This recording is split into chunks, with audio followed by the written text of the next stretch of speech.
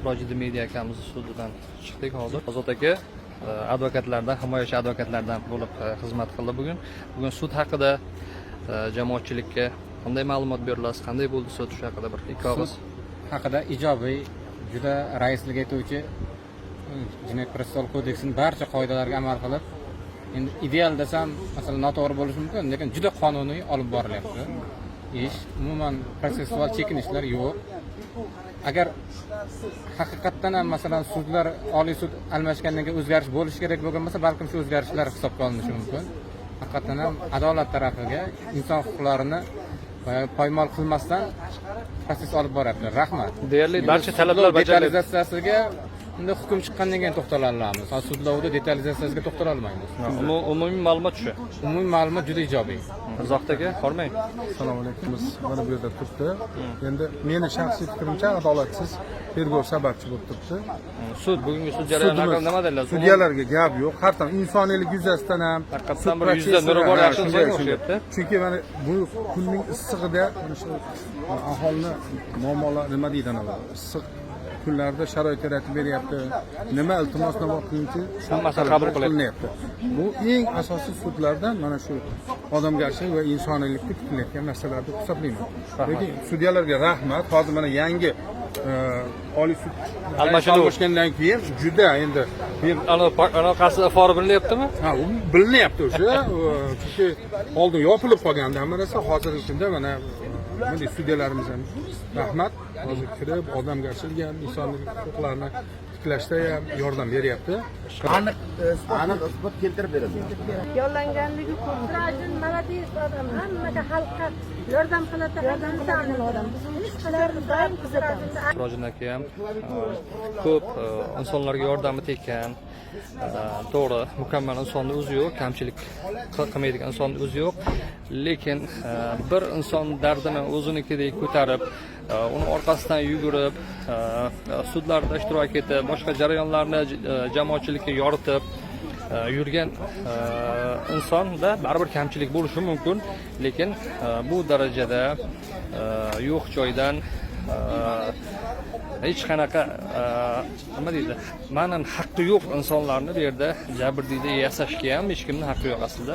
O'ylaymanki, xudo xolasa albatta yaxshi bo'ladi. O'z do'stlarimizdan yana fikrlarni olamiz. Sirojiddin akani qo'llari Yuram jiz etib ketdi. aytmang Zohid aka. Men ham tuhmatlarga tushib. Rahmon aka, ikki og'iz bugun sud haqida fikr bildiring. Umid bormi? Menimcha sudya janoblarni har bir nima deydi, talabni qondirishi menda yaxshi taassurot qoldirdi. Endi uzoqdan suyuntirsin, shu haqida bir nima deyasiz? Yaxshi gap gapirdingiz, uzoqdan suyuntirsin. Albatta hozircha biz o'sha Jizzax shahar sudiga olqish aytamiz, chunki hamma protsessual talablar darajasida iltimosnomalar qanoatlantiryapti. Sudning ochiq, oshkor, shaffof ekanligini ta'minlayapti va bundan tashqari sudyani bir qiyofasida biz o'zi bir qanaqadir haligi bir blaga ko'ryapmiz, ya'ni bir nima ko'ryapmiz. Shu ma'noda men o'zi xarakterimda bunaqangi bir paxtavonlik, paxta qo'yish, maddoqlik degan narsa yo'q. Lekin shunga qaramasdan to'g'ri narsani to'g'ri aytish kerak. Agar shu ketishda bo'ladigan bo'lsa, albatta oxirini suyuntirsin. Bizni do'stimiz Sirojiddin Media o'sha so'z erkinligining jonkuyari, xalqparvar bir jurnalist sifatida ozodlikka chiqadi va xalqni suyuntiradi deb o'ylayman. Albatta tergov organida xatolikka yo'l qo'ygan, bilib bilmay aytaylik bir nima deydi, nodonlik qilgan odamlar bo'lsa, ularga ham Xudo insofini bersin, qonun ularga jazosini bersin. Adolatni tiklash, adolatni nima deydi, yuksaltirish bu bir kunlik ish emas. Ya'ni xuddi shunaqangi Jizzax shahar sudidagi o'xshagan sudlar, boshqalar albatta odamlarni adolatga bo'lgan ishonchini tiklaydi va hukumatimiz ham yuz yorug' bo'ladi xalq oldida. Chunki men ko'p intervyularda aytaman, Xudoyberdi, odamlar sud bo'lmagan paytlarda ham, prokuror bo'lmagan paytlarda ham yashagan. Endi misol, masalan, erkaklar haligi yovvoyi hayvonlar ovlab kelgan, xotirlab pishirgan, o'sha paytda ozodbeklar qo'shiq aytgan, to'y bo'lgan, tantana bo'lgan, gulxanlar yoqilgan. Endi masalan pul to'lab biz soliqlardan masalan sud prokuror militsiyalar boqishimizni sababi ular bizni huquqlarimizni himoya qilsin Adolatli degan maqsad bor. Adolatga yetaklansin. Biz o'zimizni xotirjam his qilaylik degan maqsad bor. Bugungi rahmat Abdurahmon aka, bugungi sud ishtirokchilari qatnashganlar aytyapti, bu sudyani bugungi olib borgan harakatlari juda ham ijobiy baholanyapti va bu Oliy sudda almashinuv bilan bog'lashyapti. Ko'pchilik bu haqida nima Endi deyapti? Oliy sudda almashinuvni men bir narsa deyolmayman, chunki Oliy sudda avval rahbariyatini ham hurmat qilganman. Hali yangi rahbariyat kelib bir narsani qo'yib qo'ygan joyi yo'q. Hali ularni bir islohotini ko'rib, boshimiz osmonga yetgan joyi ham yo'q. Hozircha bular hammasi va'da, hammasi hozircha gap. Buni yaqin kelajakda ko'ramiz. Agar haqiqatan bir fundamental islohotlarga agar shu masalan yangi Oliy sud rahbariyati nima deydi? Qadam qo'ygan bo'lsa, uni amalga oshira olsa, biz Xayrli bo'lsin. boshimiz yerga tekkinchi ta'zimlamiz. Lekin aytaylik, tizim eskiligicha qolib, o'sha ko'p joylarda adolatsizlik davom etadigan bo'lsa, bunga qarshi kurashamiz. Ya'ni shunday narsa. Rahmat Abdurahmon aka, salomat bo'ling. Jahongir aka, hormang guvoh sifatida tashqarida turdingiz.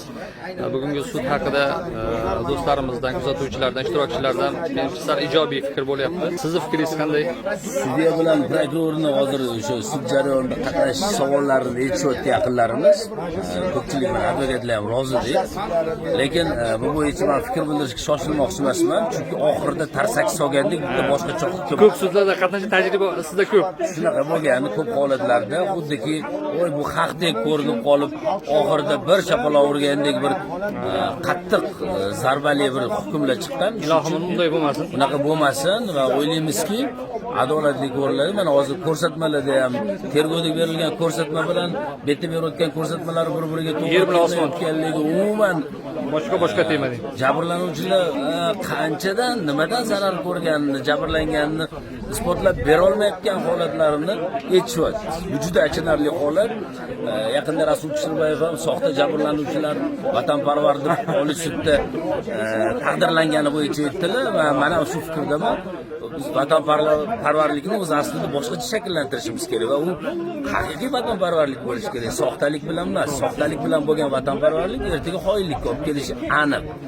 O'ylaymanki, xudo xolasa sud odilona ko'radi va o'sha oxirida biz bor haqiqatni boricha maqtanib, qonun suvolini aytib chiqamiz. Agar buni aksi bo'lsa, albatta keskin tanqidlarimiz bilan chiqishga biz tayyormiz. Har qancha bizni yomon ko'rsa.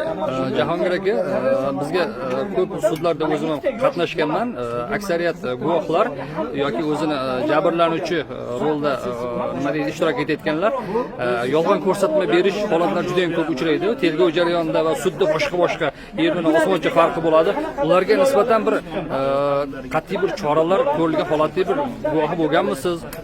Bugun ham masalan shunaqa guvohi bo'ldik. Ularga qanaqa chora ko'riladimi yoki faqat ogohlantirish va qog'ozga qo'l qo'ydirib indamay qo'yiladimi ularga? Qarang, shu Jinoyat kodeksining 238-240-moddalarida tergov jarayonida ham, sud jarayonida ham imzo qo'yadi.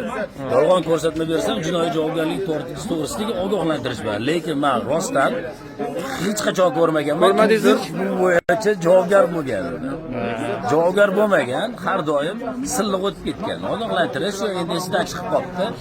Dejurniy bir aniqi bilan javobgarlik masalasidan ozod etiladi. Shuning uchun ham soxta jabrlanuvchilar boshqalar ko'paygani.